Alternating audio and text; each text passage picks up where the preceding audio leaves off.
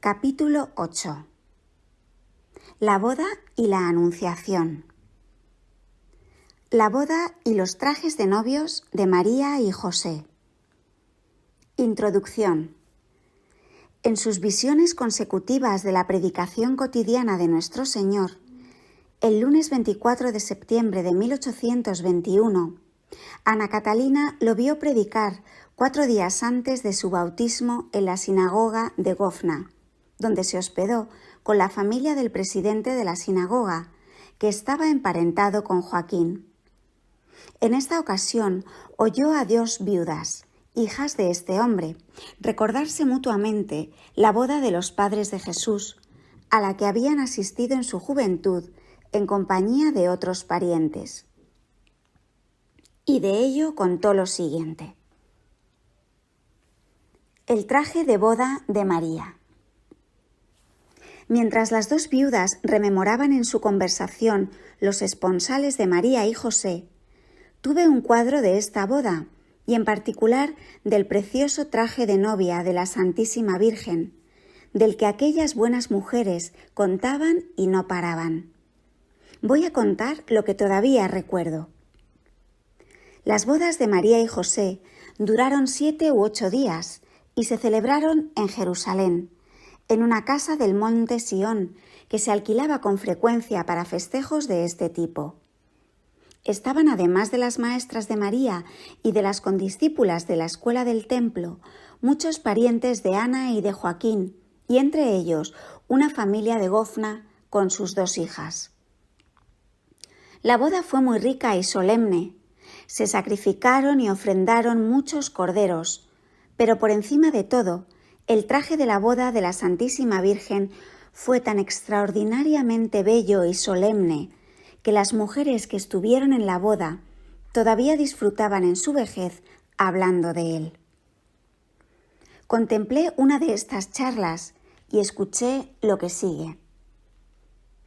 Vi con toda claridad a María en traje de boda.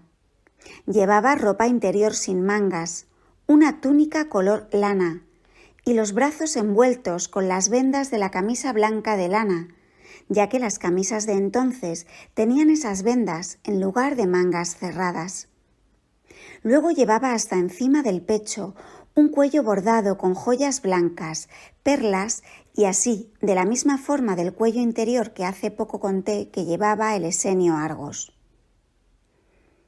Encima llevaba un caftán muy amplio y de anchas mangas, abierto por delante, que se iba ensanchando de arriba a abajo como un manto. El fondo del traje era azul y estaba bordado o pespunteado con grandes rosas blancas, rojas y amarillas, y hojas verdes entre ellas, como las casullas ricas de otros tiempos. El borde inferior terminaba en borlas y flecos, y su borde superior se juntaba con el cuello blanco. Le hicieron unos pliegues verticales y le pusieron encima del traje blanco una especie de escapulario como el que llevan algunas órdenes, como por ejemplo los carmelitas. Era una pieza de seda blanca con flores de oro, que tenía a la altura del pecho un adorno de perlas y piedras brillantes, como de medio codo de ancho, y colgaba como una franja continua hasta el borde inferior del traje para cubrir su abertura delantera. Por debajo, el traje terminaba en flecos y botones. Por la espalda le colgaba una pieza parecida y por los hombros y brazos otras más cortas y estrechas. Extendidas las 4 tiras, formaban una cruz en torno a la abertura del cuello. A ambos costados del tronco el escapulario estaba recogido bajo los brazos con unas cadenitas o cordones de oro que unían las piezas delantera y trasera. Con ello la parte superior del caftán quedaba recogida y la pechera se ceñía al busto, de modo que la tela floreada del traje se ahuecaba un poco a ambos lados entre los cordones. Cubiertas por las hombreras del escapulario, sus amplias mangas estaban ligeramente recogidas, con abrazaderas a la mitad de los brazos y de los antebrazos. Estas ajorcas, de unos 2 dedos de ancho, estaban decoradas con letras, tenían los bordes vueltos y recogían las anchas mangas, abullonándolas alrededor de los hombros, codos y manos, donde las mangas terminaban en puños blancos rizados, creo que de seda o de lana. Encima de todo esto, llevaba un gran manto azul celeste como un pañolón. Además de esto, las judías solían llevar en determinadas ocasiones familiares o religiosas una especie de manto de luto, con mangas cosidas en la forma habitual. El velo o manto de María se cerraba al pecho bajo el cuello con un broche, por encima del cual rodeaba su garganta una gorguera rizada como de plumas o capullos de seda. Por detrás el manto caía por encima de los hombros, volvía por los lados adelante y luego volvía a caer por detrás la cola terminada en punta. Tenía una orla de flores bordadas en oro. Sus cabellos estaban adornados de un modo indescriptiblemente artístico, partidos con raya en medio y tejidos en un sinfín de rayitas sin trenzar, que entrecruzadas con seda blanca y perlas formaban una gran red que caía sobre los hombros y cubría la espalda por debajo de la mitad del manto, con un tejido terminado en punta. Las puntas del pelo estaban vueltas hacia adentro y todo el borde de esta red de cabellos estaba adornada con flecos y perlas, que al tirar hacia abajo con su peso lo mantenían en orden.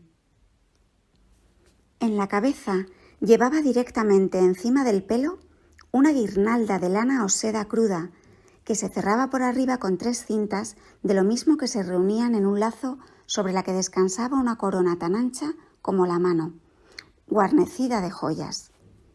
Sobre ella con 3 abrazaderas que se unían arriba en un botón.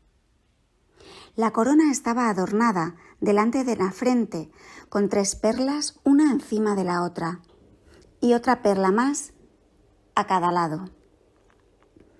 En la mano izquierda llevaba una guirnaldita de rosas blancas y rojas de seda y en la derecha sostenía, como si fuera un cetro, una bonita lámpara sobredorada, sin pie, cuyo tronco se ensanchaba en el medio y tenía por encima y por debajo de la mano como unos botones. El cetro terminaba por arriba en un platillo en el que ardía una llama blanca. La suela de los zapatos tenía unos 2 dedos de gruesa y estaban realzados con un suplemento delante y detrás. Las suelas eran de tela verde, como si el pie estuviera en el césped, y 2 correas blancas y doradas las sujetaban al empeine del pie desnudo, cuyos dedos, como los de todas las mujeres bien vestidas, estaban cubiertos por una lengüeta de cuero unida a la suela. Las vírgenes del templo tejieron el artístico peinado de María. He visto que varias se ocuparon de ello y que iban más deprisa de lo que pudiera pensarse. Ana había traído aquellos hermosos vestidos, pero María era tan humilde que no tenía muchas ganas de ponérselos.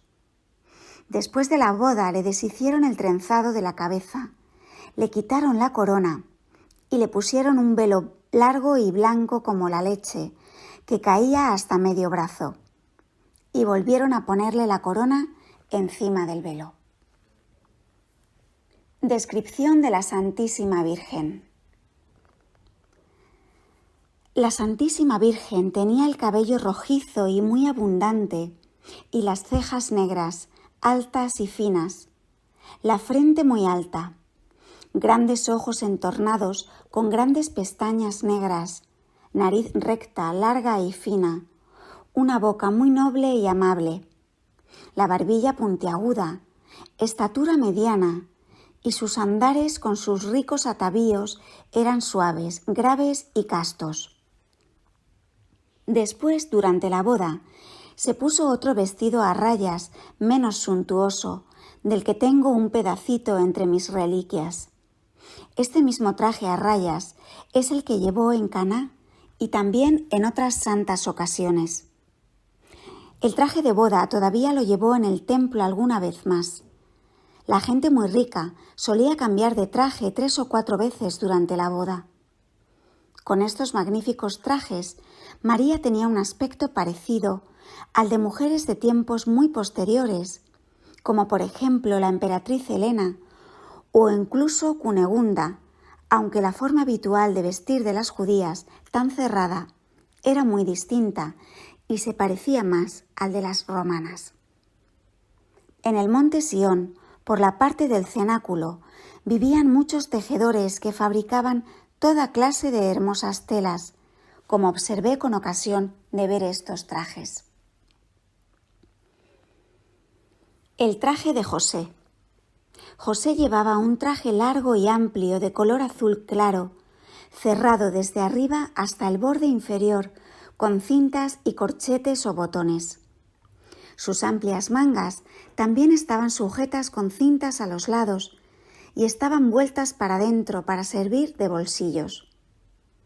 En torno a la garganta llevaba un cuello marrón, o más bien una estola ancha, y sobre el pecho le colgaban 2 tiras blancas como la estola que llevan nuestros sacerdotes al cuello, solo que mucho más larga. He visto toda la boda de José y María, el banquete y toda la ceremonia, pero eran tantas cosas al mismo tiempo y estoy tan enferma y tan molesta por tantas cosas que no me atrevo a contar más por miedo a embarullar el relato. El anillo de boda de María. El 29 de julio de 1821, Ana Catalina contempló algunos lienzos sepulcrales de nuestro Señor Jesucristo y las imágenes del Señor milagrosamente impresas en ellos.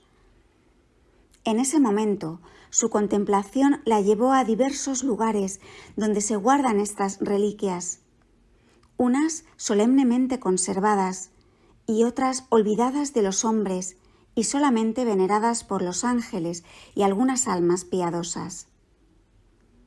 En uno de estos lugares creyó ver que se conserva el anillo de casada de la Santísima Virgen, del que dijo lo siguiente: «Vi el anillo de boda de la Santísima Virgen, que no es de oro, plata ni de ningún otro metal. Es de color oscuro e irisado. No es un aro delgado y estrecho, sino bastante grueso, y tiene como un dedo de ancho. Lo vi liso, pero marcado como por un embaldosado de triangulitos rectangulares que dentro tenían letras. La superficie está lisa por el lado que queda, por el lado interno de la mano. El anillo está marcado con algo. Vi que lo guardaban con muchos candados en una hermosa iglesia. La gente piadosa que quiere casarse hace que toquen con él sus alianzas». El 3 de agosto de 1821, Ana Catalina dijo: «Estos últimos días he visto muchas cosas de la historia del anillo de boda de María, pero con tantos sufrimientos y molestias no soy capaz de contarlas de forma coherente. Hoy he visto fiesta en la iglesia de Italia, donde se encuentra este anillo de boda. Me pareció que estaba colgado en una custodia encima del tabernáculo.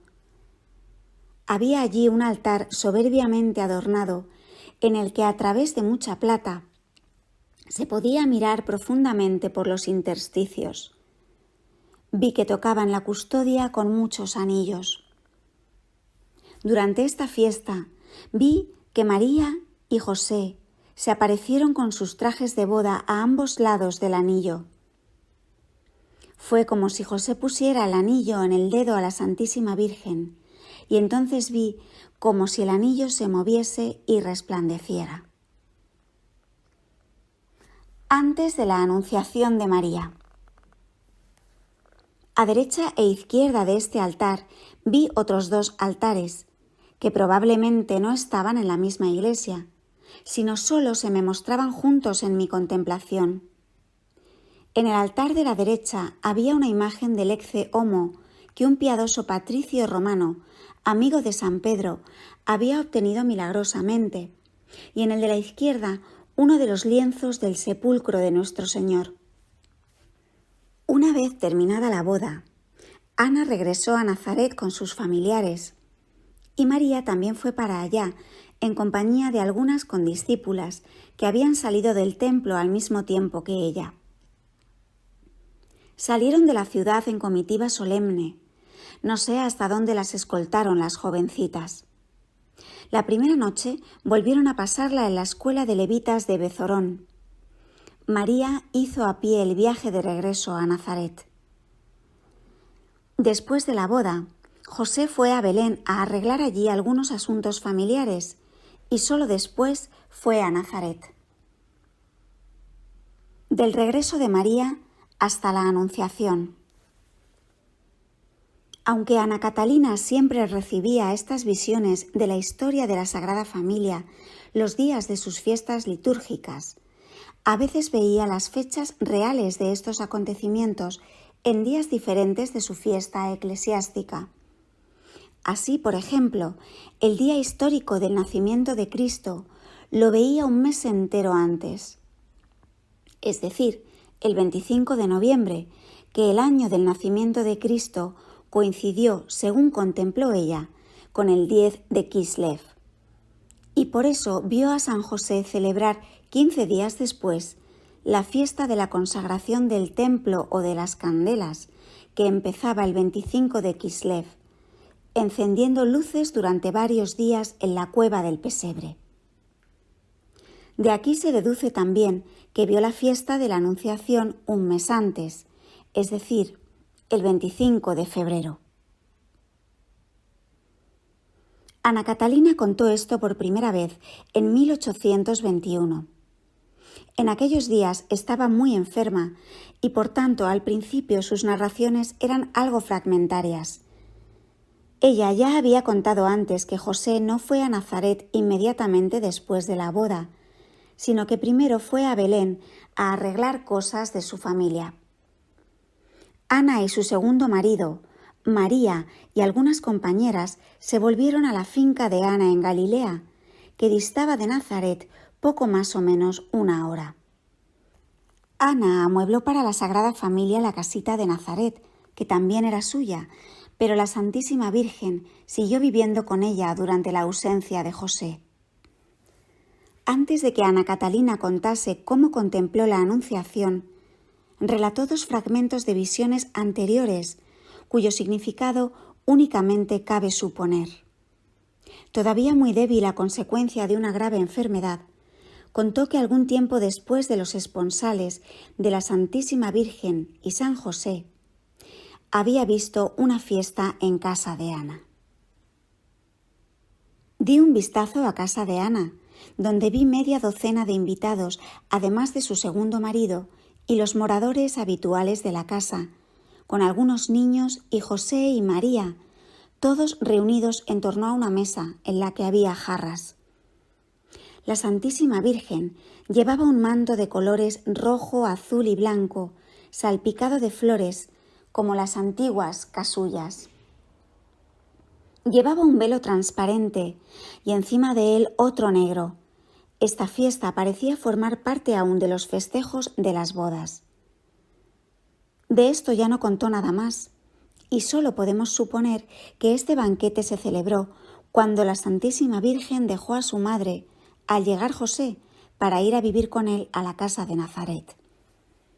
Al día siguiente contó: en mi contemplación de esta noche buscaba a la Santísima Virgen y mi guía me llevó a casa de Ana, que ya conozco en todos sus detalles.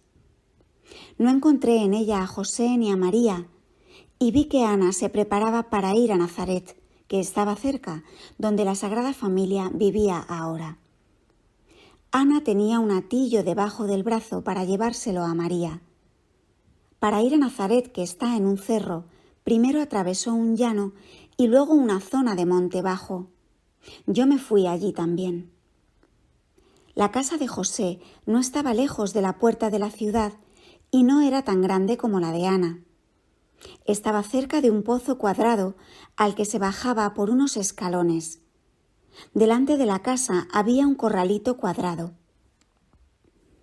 Ana visitó a la Santísima Virgen y la entregó lo que le había traído. María lloró muchísimo cuando su madre se volvió a su casa y la acompañó durante un trecho. A San José lo vi en una habitación separada en la parte delantera de la casa. Esta información fragmentaria podemos completarla suponiendo que Ana visitó por primera vez en Nazaret a la Santísima Virgen y la llevó un regalo. María, que ahora vivía sola y separada de su querida madre, derramó lágrimas de emoción cuando Ana se fue y la acompañó. José todavía estaba allí. La casita de Nazaret. La casita de Nazaret que Ana había preparado para María y José pertenecía a Santa Ana, que podía llegar hasta ella desde su casa por caminos apartados sin ser observada en media hora de camino. La casita estaba en una pequeña colina, ni edificada ni excavada, sino separada de la colina por la parte de atrás a la que llevaba un sendero angosto excavado en la misma roca. En su parte posterior, la casa tenía por arriba una abertura en forma de ventana que miraba a lo alto de la colina. Detrás de la casa estaba bastante oscuro. La parte posterior de la casita era triangular y más alta que la de delante. La parte baja estaba cavada en la piedra. La parte alta era de materiales ligeros. El dormitorio de María, donde tuvo lugar la anunciación del ángel, estaba en la parte posterior. Esta pieza tenía forma semicircular, debido a los tabiques de zarzos groseramente tejidos que cubrían las paredes posteriores, en lugar de los biombos ligeros que solían usarse. Los tabiques que cubrían las paredes tenían dibujos de varias formas y colores. El lecho de María estaba en el lado derecho, detrás de un tabique de zarzo. En la parte izquierda estaba el armario y la mesita con el escabel, y ese era el lugar donde rezaba María. La parte posterior de la casa estaba separada del resto por la pared del hogar, en cuyo centro se levantaba la chimenea hasta el techo. La chimenea salía por una abertura del techo y terminaba con un tejadillo. Más tarde he visto 2 campanillas colgadas al final de la chimenea. A derecha e izquierda del fogón había 2 puertecitas con 3 escalones que daban al cuarto de María. En las paredes del hogar había varios huecos abiertos con el menaje y otros enseres que aún veo en la casa de Loreto. Detrás de la chimenea había una viga de cedro pegada a la pared de la chimenea. De este poste vertical salía otro atravesado hasta el centro de la pared trasera. En él se introducían postes por ambos lados. El color de estos maderos era azulado con adornos amarillos. A través de ellos se veía el techo, que estaba revestido por dentro con hojas y esteras. En los ángulos estaba adornado con estrellas. La estrella del ángulo central era grande y parecía representar el lucero de la mañana. Más tarde he visto allí más estrellas. La lámpara colgaba de la viga horizontal que iba por una abertura exterior de la pared de la chimenea al centro de la pared trasera. Debajo de la chimenea se veía otro poste. Por fuera, el techo no era en punta, sino llano, y se podía caminar por él, pues la azotea estaba resguardada con un parapeto. Cuando la Santísima Virgen dejó la casita de Nazaret después de la muerte de San José y se fue a vivir a las cercanías de Cafarnaún, se empezó a adornar la casa, conservada como un lugar sagrado de oración. María peregrinaba muchas veces de Cafarnaún hasta allí para visitar el lugar de la Encarnación y entregarse a la oración. Pedro y Juan, cuando iban a Palestina, solían visitar la casita para consagrar en ella, pues se había instalado un altar en el lugar donde había estado el hogar. El armarito que María había usado lo pusieron sobre la mesa del altar como a manera de tabernáculo. La Santa Casa en Loreto. He visto muchas veces el traslado de la Santa Casa a Loreto.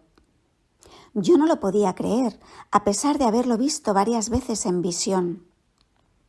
La he visto llevada por 7 ángeles que se cernían sobre el mar con ella.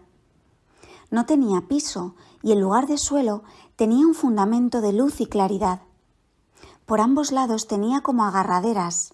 3 ángeles la sostenían por un lado y 3 por el otro para llevarla por los aires. Uno de los ángeles volaba delante arrojando una gran estela de luz y resplandor. Recuerdo que llevaron a Europa la parte posterior de la casa con el hogar y la chimenea, el altar del apóstol y la pequeña ventana. Me parece, cuando pienso en ello, que las demás partes de la casa estaban pegadas a esta parte y que se quedaron casi en estado de caerse por sí solas. Veo también en Loreto la cruz que María usaba en Éfeso. Está hecha de varias clases de madera.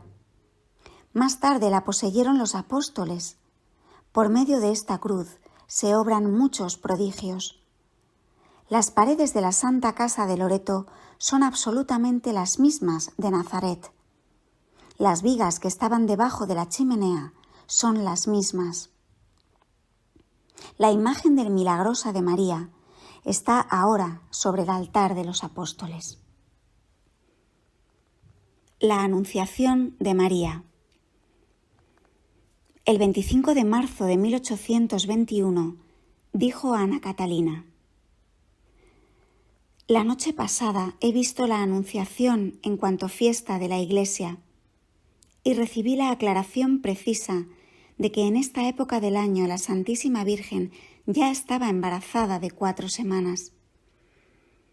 Me lo dijeron expresamente porque yo había visto ya la Anunciación el 25 de febrero, pero se me olvidó y por eso no lo conté. Hoy he vuelto a ver de nuevo todas las circunstancias externas del acontecimiento. Poco después de la boda, vi a la Santísima Virgen en Nazaret, en casa de José, a donde me llevó mi guía. José había salido de viaje por el país con 2 burros, me parece que para recoger algo de su herencia o para traer sus herramientas de trabajo. Creo que ya estaba en viaje de regreso. El segundo marido de Ana y otros hombres estuvieron en casa por la mañana, pero se volvieron a marchar. Además de la Santísima Virgen y de 2 doncellitas de su edad, me parece que de las del templo, vi en la casa a su madre Santa Ana y a aquella viuda pariente suya que la servía de criada y que más tarde fue con ella a Belén cuando el nacimiento de Cristo. La casa la había amueblado Ana y todo era nuevo. Las 4 mujeres entraban y salían ocupándose de la casa y luego pasearon juntas tan contentas por el patio. Al atardecer las vi recogerse en la casa. Rezaron de pie en torno a una mesita redonda y luego comieron las verduras que estaban servidas, después de lo cual se separaron. Ana todavía anduvo un rato de acá para allá como una ama de casa atareada, pero las 2 doncellas se fueron a su sitio, que estaba aparte, y María también se fue a su dormitorio. El cuarto de la Santísima Virgen estaba en la parte trasera de la casa, cerca del fogón, que en esta casa no estaba en medio como en la de Ana, sino más bien a un lado. La entrada estaba al lado de la cocina. Había que subir 3 escalones, más inclinados que verticales, pues el suelo de esta parte de la casa está sobre una roca que sobresale en esta parte. Enfrente de la puerta el cuarto era curvo, y en esa parte curva y separada por un mamparo de zarzo más alto que un hombre, estaba enrollado el lecho de la Santísima Virgen. Todas las paredes del aposento estaban revestidas hasta cierta altura con mamparos de varillas entrecruzadas que eran algo más consistentes que los ligeros mamparos que hacían de tabiques móviles. El revestimiento mostraba pequeños motivos ajedrezados o en rombos hechos de maderas de distintos colores. El techo de la habitación estaba formado por vigas corridas, cuyos intervalos se cerraban con cañizos adornados con estrellas. El refulgente joven que siempre me acompaña me llevó a este cuarto. Quisiera contar todo lo que vi lo mejor que pueda a una pobre desgraciada como yo. Al entrar en su cuarto, la Santísima Virgen se puso detrás del biombo del dormitorio, un camisón largo de lana blanca con cinturón ancho y un velo color hueso en la cabeza. Entretanto, la criada entró con una lamparilla, encendió la lámpara de brazos que colgaba del techo de la habitación y se volvió a marchar. La Santísima Virgen apartó de la pared una mesita baja que estaba plegada y apoyada a ella y la puso en medio de la habitación. Mientras estaba apoyada en la pared, la mesita consistía solamente en una bandeja móvil que por delante colgaba verticalmente de 2 patas. Pero María levantó la bandeja a la horizontal, sacó la mitad de una de las patas que estaba plegada e hizo descansar la mesita en 3 patas. El tablero era redondo por la parte que apoyaba sobre la tercera pata. La mesita estaba cubierta con un tapete azul y rojo con flecos que estaba recogido donde el tablero no era redondo. En el centro del tapete había una figura bordada o pespunteada, que ya no sé si era una letra o un adorno, y en la parte curva estaba enrollado un tapete blanco. Sobre la mesita había un rollo de escrituras. La Santísima Virgen puso la mesita algo a la izquierda del centro de la habitación, donde una alfombra cubría el suelo entre su dormitorio y la puerta. Puso delante un almohadoncito redondo para arrodillarse y después se apoyó con ambas manos en la mesita y se arrodilló. Tenía delante y a su derecha la puerta del cuarto y a su espalda el dormitorio. María dejó caer el velo sobre su rostro y cruzó las manos sobre el pecho, pero no los dedos, y así la vi orar fervientemente largo rato, con la cara alzada al cielo. Rogaba por la salvación, por el Rey prometido, y pedía que su oración contribuyera un poco a que llegara. Estuvo arrodillada así mucho rato arrobada en oración, y luego hundió la cabeza en el pecho. En ese momento se derramó a su derecha tal masa de luz que caía oblicuamente desde el techo de la habitación, que me sentí empujada contra la pared de la puerta. En esa luz vi un joven blanco y refulgente, de fluidos cabellos amarillos, que bajaba flotando a ponerse delante de ella. Era el ángel Gabriel, que la habló moviendo suavemente los brazos a ambos lados del busto. Las palabras salían de su boca como letras relucientes que yo veía y oía. María volvió un poco a su derecha su velada cabeza, pero por pudor no lo miró. Pero el ángel siguió hablando y María, como a su orden, volvió el rostro hacia él, levantó un poco el velo y le respondió. Tornó a hablar el ángel y María levantó su velo, miró al ángel y replicó las sagradas palabras. He aquí la esclava del Señor, hágase en mí según tu palabra. La Santísima Virgen estaba profundamente arrobada. La luz llenaba el cuarto y yo no veía el brillo de la lámpara encendida ni el techo de la habitación.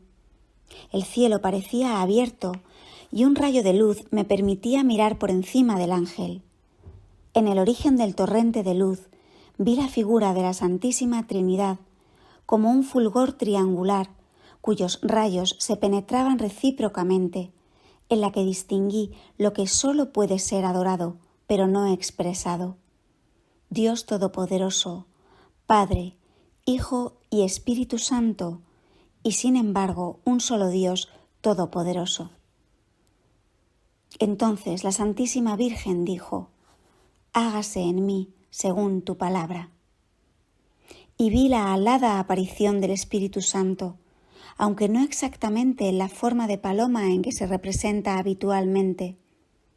La cabeza era un rostro humano que expandía luz como alas a ambos costados de su figura, y de cuyo pecho y manos vi brotar torrencialmente 3 chorros de luz al costado derecho de la Santísima Virgen, en cuyo centro se reunieron. Cuando esta luz penetró en su costado derecho, la Santísima Virgen se volvió totalmente traslúcida y como transparente, y fue como si ante esta luz la opacidad se retirara como la noche.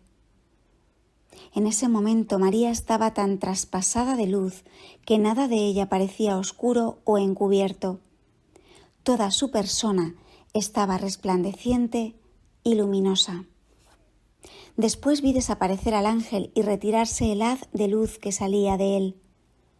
Fue si como desde el cielo hubieran reabsorbido aquel torrente de luz. Mientras la luz se retiraba, cayeron sobre la Santísima Virgen muchos capullos de rosas blancas, cada una con una hojita verde. Mientras veía todo esto en la habitación de María, tuve una peculiar sensación personal, la angustia permanente de que me tendían un lazo, y entonces vi una asquerosa serpiente que subía arrastrándose por la casa y los escalones hasta la puerta donde yo estaba. Cuando la luz penetró en la Santísima Virgen, el monstruo ya había llegado al tercer escalón. La serpiente tenía el tamaño aproximado de un chiquillo, la cabeza ancha y plana y a la altura del pecho 2 patitas membranosas con garras como alas de murciélago con las que se desplazaba. Tenía toda clase de manchas de colores repugnantes y recordaba a la serpiente del paraíso, pero más espantosa y deforme. Cuando el ángel desapareció del aposento de la Santísima Virgen, pisó delante de la puerta la cabeza de este horror, que rugió tan espantosamente que me estremecí. Entonces vi aparecer 3 espíritus que echaron al monstruo fuera de la puerta de la casa a golpes y patadas. Después que aquel ángel desapareció, vi que la Santísima Virgen, completamente recogida y sumida en profundo éxtasis, reconocía y adoraba en su interior la encarnación del Salvador prometido, en forma de una figurita humana de luz con todos sus miembros ya formados, incluso los deditos. ¡Ay, qué distinto es Nazaret de Jerusalén! Allí las mujeres tienen que quedarse en el atrio sin poder entrar en el templo, y solo los sacerdotes pueden entrar en el santo. Pero aquí en Nazaret, en esta iglesia, el templo mismo es una doncella, y el sumo sacerdote y el Santísimo están en ella, y con él solo está ella. Qué amoroso y qué maravilloso es todo, y sin embargo, qué cosa más sencilla y natural. Se han cumplido las palabras de David en el Salmo 45. El Espíritu santificó el tabernáculo. Dios está en medio de ellos y no serán quebrantados. Este misterio lo vi a medianoche. Al cabo de un rato, Ana y las demás mujeres entraron donde María.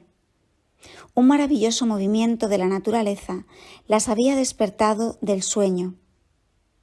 Una nube de luz había aparecido sobre la casa, cuando vieron que la Santísima Virgen se arrodillaba bajo la lámpara en éxtasis profundo.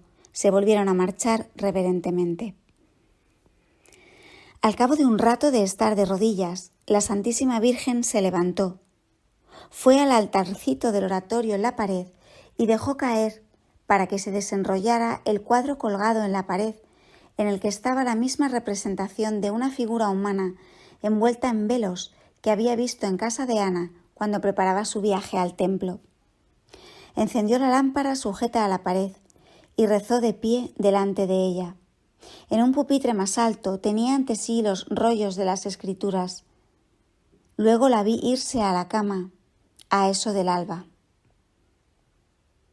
Entonces mi guía me sacó afuera, y cuando ya estaba en el pequeño patio delantero de la casa, me asusté mucho, pues allí acechaba escondida la asquerosa serpiente, que se me tiró y quería meterse en los pliegues de mi ropa.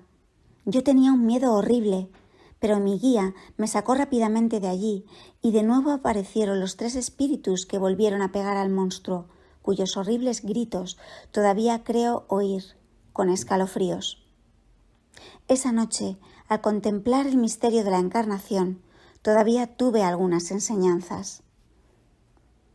Ana tuvo la gracia de una iluminación interior y la Santísima Virgen supo que había concebido al Mesías, al Hijo del Altísimo. Todo su interior estaba iluminado a los ojos de su alma, pero a pesar de ello, María aún no sabía que el tronco de David, su padre, que daría el Señor a su Hijo, sería sobrenatural. Y tampoco sabía entonces que la casa de Jacob, sobre la que iba a reinar por toda la eternidad, según las palabras de Gabriel, sería la Iglesia en la que volvería a reunirse la humanidad renacida. La Santísima Virgen creía que el Salvador sería un Rey santo que purificaría a su pueblo y le daría la victoria sobre los infiernos. Tampoco sabía entonces que para salvar a los humanos, este Rey tendría que morir de amarga muerte. Se me enseñó por qué el Salvador quiso permanecer 9 meses en el seno de su madre, por qué quiso nacer niño en vez de nacer perfecto y tan hermoso como el Adán recién creado, pero ya no soy capaz de contarlo con claridad. Sin embargo, todavía persiste en mí la certeza de que el Salvador quiso volver a santificar la concepción y el nacimiento humanos, tan envilecidos por el pecado original. María había llegado a ser madre suya y él no había venido antes, porque sólo ella y ninguna otra criatura antes ni después de ella era el vaso limpio para la gracia de Dios, la gracia que Dios prometió a los hombres de humanarse y rescatarlos de sus culpas al satisfacer con su pasión. La Santísima Virgen era la única flor pura que brotó en el género humano y floreció con la plenitud de los siglos. Desde el principio habían contribuido a su llegada todos los seres humanos que fueron hijos de Dios y lucharon por la salvación. María era el único oro puro de toda la tierra, de toda la humanidad. Solo María era carne pura y sangre inmaculada, preparada, depurada, congregada y ungida por todas las generaciones de sus antepasados. Dirigida, protegida y fortalecida por la ley hasta que brotó como plenitud de la gracia. Estaba prevista desde toda la eternidad y pasó por el tiempo como Madre del Eterno. En las fiestas de la Madre de Jesús, la Iglesia hace decir de sí misma a la Virgen en los proverbios de Salomón por boca de la sabiduría divina. El Señor me poseyó desde el principio de sus caminos, antes que hiciera nada en el comienzo. Fui decretada eternamente y desde el principio, antes de que fuera hecha la tierra. Aún no existían los abismos y yo ya había sido concebida. Aún no habían brotado las fuentes de las aguas. Aún no habían sido asentados los montes con su pesada mole. Yo fui engendrada antes que los collados. Aún no había hecho la tierra, ni los ríos, ni los quicios del orbe de la tierra. Cuando preparaba los cielos, allí estaba yo. Cuando ceñía los abismos con valla y ley inmutable. Cuando afirmaba los astros arriba y nivelaba las fuentes de las aguas. Cuando ponía términos al mar y dictaba la ley a las aguas para que no pasaran de sus límites. Cuando pesaba los fundamentos de la tierra, con él estaba yo, ordenándolo todo, y me deleitaba todos los días jugando delante de él todo el tiempo, jugando con el orbe de las tierras, y mis delicias eran estar con los hijos de los hombres. Ahora pues, hijos míos, oídme. Bienaventurados los que guardan mis caminos. Escuchad el consejo y sed sabios y no lo desperdiciéis. Bienaventurado el varón que me oye y que vela todos los días a mi puerta y que guarda los umbrales de mi puerta. El que me encontrare a mí encontrará la vida y beberá a la salud del Señor.